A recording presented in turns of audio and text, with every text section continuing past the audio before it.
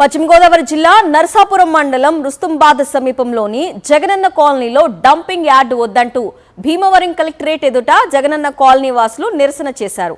మంచినీటి చెరువుకు ఆనుకొని డంపింగ్ యార్డును ఏర్పాటు చేయటం దుర్మార్గం అంటూ ఆవేదన వ్యక్తం చేశారు.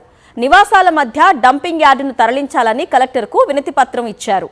డంపింగ్ యార్డు వల్ల మంచినీటి చెరువు కలుషితమై అనారోగ్యం పాలవుతామని ఆవేదన వ్యక్తం చేశారు స్థానికులు.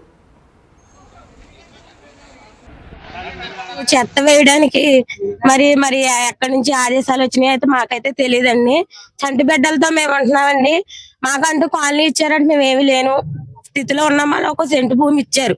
మేమేదో ₹1 కష్టపడి ఇల్లు కట్టుకున్నామండి. దాంట్లో మేము నివాసిస్తున్నామంటే చంటి బిడ్డలు వేసుకుని మాకు ఏ రోజువారు పరిస్థితులకి వెళ్ళి తెచ్చుకుని తినడమే కష్టం. అంటే చెత్త వేస్తే లేనిపోని అనారోగ్యాలు పాలవుతే చంటి బిడ్డలతో మేము ఏమైపోతామండి.